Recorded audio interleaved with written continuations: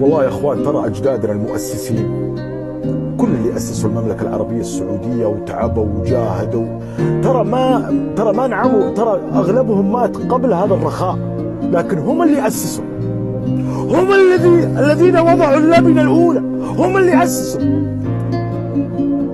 الملك عبد العزيز رحمه الله عليه لم يسكن ترى مات الملك عبد العزيز وبيته ما زال طين. ترى الملك عبد العزيز رحمه الله يعني سوى كل شيء من اجل مواطنين هذا الشعب. 50 سنة من حياته الملك عبد العزيز وهو فوق ظهور الخيل. 50 سنة،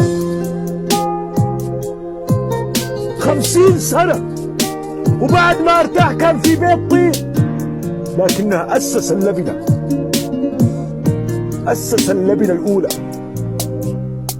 أقسم بالله يا إخوان ترى ما استمتعوا حتى بكل شيء جاء، بس كله من أجل الأجيال هذه. كانوا يفكرون للمستقبل. الملك عبد العزيز رحمه الله كان يفكر للمستقبل، بنى دولة من لا شيء. حتى الأمير بدر بن عبد المحسن ايش يقول حنا ورثنا المجد عظم وغضاريف، لا ما ورثنا المجد تاج وقطيفة. يعني عظم وغضاريف، يعني ما ورثنا المجد تاج، لا. الجزيرة العربية كان ما فيها شيء، كانت صحراء جرداء. ربهالك يا تاج راسي، كافو يا 77.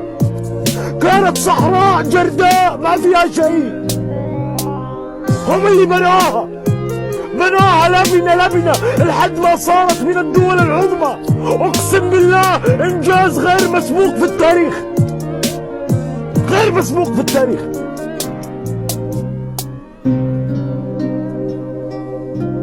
الحمد لله.